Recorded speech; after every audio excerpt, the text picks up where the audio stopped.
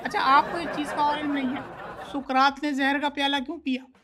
क्यों पिया? क्योंकि उसको प्यास लग रही थी। तो उसने जहर का प्याला क्यों पिया? उसको पता ही नहीं था।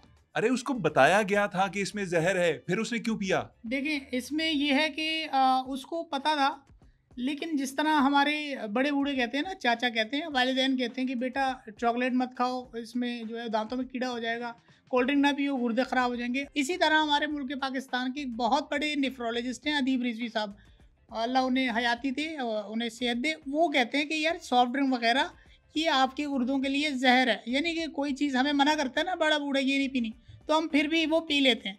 इसी तरह सुकरात ने, उसके चाचा ने उसको मना किया था, वो यही समझ रहा था कि चाचा तो ऐसे ही लगा हुआ है, वो उसने पी लिया। और वो मर गया।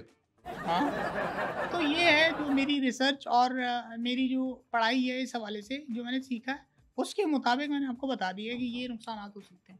2-3 मिनट रह गए हैं मेरे पास। आपका मेटाबॉलिज्म ठीक नहीं है, आप डॉक्टर को चेक करें। सर मेरे कहने का मतलब था कि मेरे प्रोग्राम में सिर्फ 2-3 मिनट का टाइम बचा है। मैं एक सवाल आपसे पूछ लेता हूँ, मुझे पता है कि वो आपकी औकात से ज़रा बड़ा सवाल है।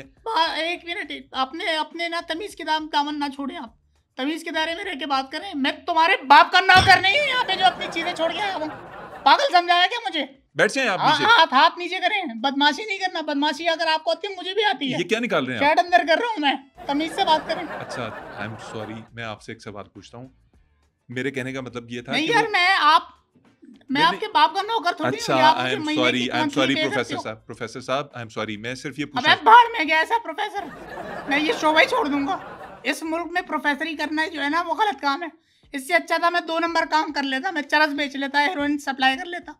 मैंने इतनी तालीम हासिल की, मुझे ये सिला मिल रहा है। आई एम सॉरी प्रोफेसर साहब, आई एम रियली सॉरी। मुझे लगा कि आप उस सवाल का जवाब नहीं दे पाएंगे। नहीं, आपने बहुत बुरा किया मेरे साथ। अब क्या कर रहे हैं आप? शर्ट बाहर निकाल रहा हूँ, बहुत गलत किया आपने। शर्ट अंदर कर रहे हैं, बाहर कर रहे हैं, आप पता नहीं क्या बातें कर रहे हैं। मैं सिर्फ सवाल ये पूछना चाह रहा था। देखिए, जब तक हम अपने उस्ताद की इज्जत नहीं करेंगे, हम मुआशरे में आगे नहीं बढ़ सकते, ये मुल्क आगे नहीं बढ़ सकता। आप मेरे उस्ताद नहीं हैं। वो भाई, मैं अपनी बात नहीं कर रहा, मैं तो जेनेरिक बात कर रहा हूँ। अच्छा प्रोफेसर साहब, नहीं, गलत बात है ना यार, तमीज के दायरे में चीजें अच्छा होती हैं। प्रोफेसर साहब, मैं आपसे नया सवाल पूछना चाहता हूँ। हैं? तो बाकी सारे आपने पुराने पूछ लिए मुझसे। मेरा कहने का मतलब है कि प्रोग्राम में नया सवाल पूछना चाहता हूँ। वोल्केनोज जो हैं, वोल्केनोज, आतिशफशां, ये क्यों आतिशफशां? पता है मुझे, इंग्लिश आती है, मुझे उर्दू भी आती है, मुझे इलैबोरेट ना करें। वोल्केनोज क्यों फटते हैं? क्यों फटते हैं वोल्केनोज? इसका जवाब दें मुझे। ये इतना सा पिद्दू सा सवाल करने के लिए आपने इतना तामझाम किया है। आप मुझे फोन पे पूछ लेते, मैं आपको जवाब दे देता।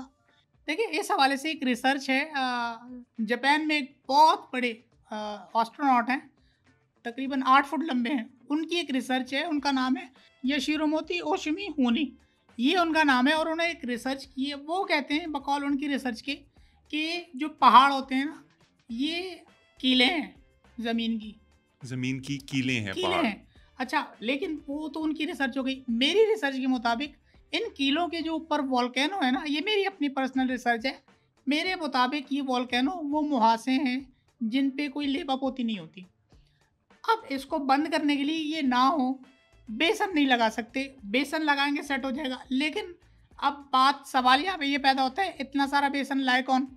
बेसन अगर आपने वोल्केनो पे लगा दिया तो फिर रमज़ान पे पकौड़े कौन बनाएगा? अगर आपने सारा बेसन उस पे लगा दिया वोल्केनो पे और वो फट गया, एक बड़ा पकौड़ा बना, वो खराब हो जाएगा, क्योंकि इतना बड़ा पकौड़ा एक साथ नहीं खा सकते, कितना खाएंगे? तो ये पहाड़ जो ज़मीन के ऊपर हैं, ये कीले हैं और इसमें इतनी गर्मी होती है ज़मीन के अंदर, ये इस वजह से वोल्केनो फटते हैं। बस यूँ समझे कि ज़मीन जो है वो हर साल जवानी की दहलीज पार करती है, ये इतनी गर्म हो जाती है अंदर से। ये है इसका जवाब। अब बताएं मुझे, किसी का बाप ये जवाब नहीं दे सकता जो मैंने तफसील के साथ आपको दिया। यार इतनी तफसील से फजूल बात ही की आपने। यार ये आपने बकवास किया, आप बदतमीजी की है, मैं आपको बता रहा हूँ, ये बदतमीजी आप ये क्या कर रहे हैं आप? मैं शर्ट अंदर कर रहा हूँ। आप अपने अपने जो है ना दायरे में रहें, आप मुझसे तमीज से बात करें, आप बहुत बदतमीजी कर रहे हैं। नेक्स्ट टाइम मैं आऊंगा ही नहीं, मैं यकीन से। नेक्स्ट टाइम मैं आपको बुलाऊंगा ही नहीं। नेक्स्ट टाइम आप ये दरवाजा पार नहीं कर सकते। किसी का बाप नहीं रोक सकता मुझे। मैं रोकूंगा आपको। अरे मुझे तो 100 काम और है, मैं तो थूकता भी नहीं आपके शो के ऊपर। तो क्यों आए आप मेरे शो पे? आपने बुलाया मुझे तो मैं आया। आपने लिखा है कि आप मेरे शो पे आना चाहते हैं तो मैंने बुलाया। मैंने लिख दिया, आप नहीं बुलाते, जरूरी थोड़ी है। मतलब अरे जाए भाई, आपका शो भी बेकार, आपका कैमरामैन भी बेकार, आपके सारे बहुत इंतहा बदतमीज।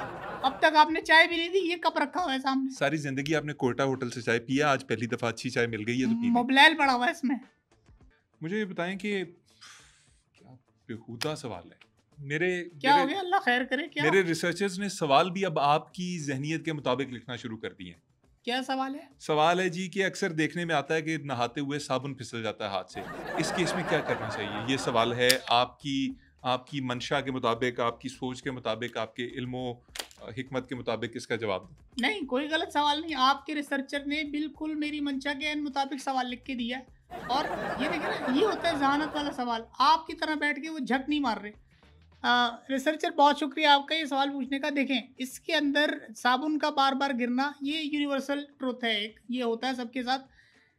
इसके अंदर दो फैक्टर जो है वो कार फरमा है। कौन से दो फैक्टर्स? एक तो है ग्रेविटी।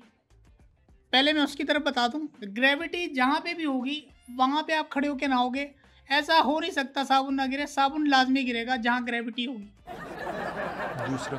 दूसरा ये कि जैसे आप किसी की नज़रों में गिर जाओ। क्या बोल रहे हैं यार? ये नहीं, मतलब मिसाल दे रहा हूँ ना, बहुत सारे लोग गिर जाते हैं नज़रों से। वो आपका या उस बंदे का कसूर नहीं होता जो नज़रों से गिर जाता है। उसके पीछे भी मेन कॉज ग्रेविटी होती है, क्योंकि वो खड़ा ही वहीं पे होता है जहाँ ग्रेविटी होती है और वो उसे गिरा देती है। तो ये हमें नहीं कहना चाहिए। एक और चीज़, जैसे मुल्क से लोग बाहर जाते हैं। ठीक है, मुल्क से लोग बाहर जाते हैं तो बाहर जाके स्लिप हो जाते हैं। उनमें कुदरती तौर पे, अब मैं आ रहा हूँ, एक तो ग्रेविटी हो गई, ये है केमिकल जो साबुन हम इस्तेमाल करते हैं उसके अंदर हाईली स्लिपरी मवाद जो है वो केमिकल मौजूद होता है। इसमें है एक स्लिप्रोमाइसिन और एक स्लिप्रोराइजेशन। ये दो केमिकल बहुत ख़तरनाक किस्म के, ये आपको गिराते रहते हैं, स्लिप करवाते रहते हैं। तो वही लोग जो बाहर जाते हैं उनके अंदर ये केमिकल कुदरती तौर पे उनकी बॉडी में पाया जाता है। तो जैसे ही वो उस मुल्क पहुँचते हैं वहाँ स्लिप हो जाते हैं। ये एक रीज़न है इसका। अच्छा, अब आ जाए इसका, ये तो हो गए फैक्टर ग्रेविटी और केमिकल के जो साबुन के अंदर होता है। तो ये मिल के जो है ना इसको स्लिप करते हैं और ग्रेविटी भी अपना उतना ही उसमें हिस्सा डालती है और साबुन का केमिकल भी उतना ही हिस्सा डालता है। अब आप आ जाए चांद के ऊपर, अगर आप नहा रहे हों और आपका साबुन स्लिप हो जाए। ब्रिटेन में इस पे इसका तोड़ निकाला था, एक ट्रिक निकाली थी। ये है ब्रिटेन में 1984 में माइकल एंजेलिनो फ्लोरेंसो, इन्होंने जो है वो एक ट्रिक निकाली थी। वो ट्रिक ऐसे ही काम की है कि उनका साबुन जो है वो गिरना बंद हो गया था। क्या ट्रिक थी वो? उन्होंने नहाना छोड़ दिया था। और फिर मैंने भी इसके बाद रिसर्च की, माइकल को पढ़ के मैंने एक इसकी अलग ट्रिक निकाली है और मेरा साबुन भी अब गिरना बंद हो गया है। आपकी ट्रिक क्या है? मैंने भी नहाना छोड़ दिया, सेम रूल फॉलो किया मैंने भी, मेरा साबुन भी नहीं गिरता। लेकिन इस वक्त जो हमें देख रहे हैं, आपके जो व्यूअर्स हैं, उनके लिए मैं मशवरा दूंगा कि अगर वो भी चाहते हैं कि उनका साबुन ना गिरे तो वो भी नहाना छोड़ दें। नहीं, वो साबुन इस्तेमाल करना छोड़ दें। ये है इसका हल। अच्छा, फिर आप अगर चांद पे नहाएं, चांद पे अगर आप नहा रहे हैं और नहाते हुए चांद पे अगर आपका साबुन स्लिप हो गया, और चांद पे साबुन स्लिप होना बहुत ख़तरनाक होता है। जब वो स्लिप होगा, आपको पता है उसकी जो गिरने की रफ्तार है वो माइक्रोन, न्यूरॉन, प्रोटॉन, न्यूरोलॉन, डिक्रॉन की डेफिशिएंसी से 0.5 की इमेजरी के साथ velocity of the earth and the sink of 0.0000338777245 की वेलोसिटी के साथ, इतनी स्पीड के साथ माइक्रो डेफिशिएंसी बायोनिक सोनिक की स्पीड से जाके गिरता है। और वो जो अरसा होता है साबुन का चांद की सतह पे गिरने का, वो 700 साल ले जाता है। मतलब इतना टाइम लगता है उसके अंदर। तो ये है ग्रेविटी जिसका मैंने आपको बता दिया। मतलब चांद पे ग्रेविटी कम है और अगर किसी ने नहाना है और साबुन गिरने का उसे खदशा है तो वो चांद पे जाके नहा ले। टाइम लगता है उसके अंदर, क्योंकि साबुन अगर चांद की सतह पे गिरे तो इतना टाइम लेगा जितने मैंने आपको बताए। लेकिन चांद के साथ एक और मेरी अपनी रिसर्च है, एक बहुत बड़ा प्रॉब्लम है। क्या? चांद पे आप नहाने निकल मत जाइएगा, क्योंकि चांद पे पानी नहीं है। ये है तो बड़ा मसला। अभी तक की वाहिद दुरुस्त जो बात आपने की है वो ये है कि चांद पे पानी नहीं है। और आपको कैसे पता चला? आपने ये रिसर्च कहाँ से कर ली? आपको इतना इल्म कहाँ से आ गया कि चांद पे पानी नहीं है? देखिए, ये अब आप फिर वही बात कर रहे हैं, ये मेरी इल्म की आप बेइज्जती कर रहे हैं। जितनी मेरी नॉलेज है वो आप मेरे मुँह पे मार रहे हैं, यानी कि आप मुझे मान नहीं रहे। अगर आपको एक उस्ताद के साथ ऐसी ही बदतमीज़ी करनी थी तो मुझे आप मदऊ ही ना करते। आप आर्ग्यू कर रहे हो मेरे साथ। मैं सिर्फ आपसे ये पूछ रहा हूँ कि ये इल्म, ये इदराक आपको कैसे हुआ कि अच्छा, ये हल्का बन के सोफिस्टिकेटेड, आप ना ये सोफिस्टिकेटेड बनने की एक्टिंग मत करें।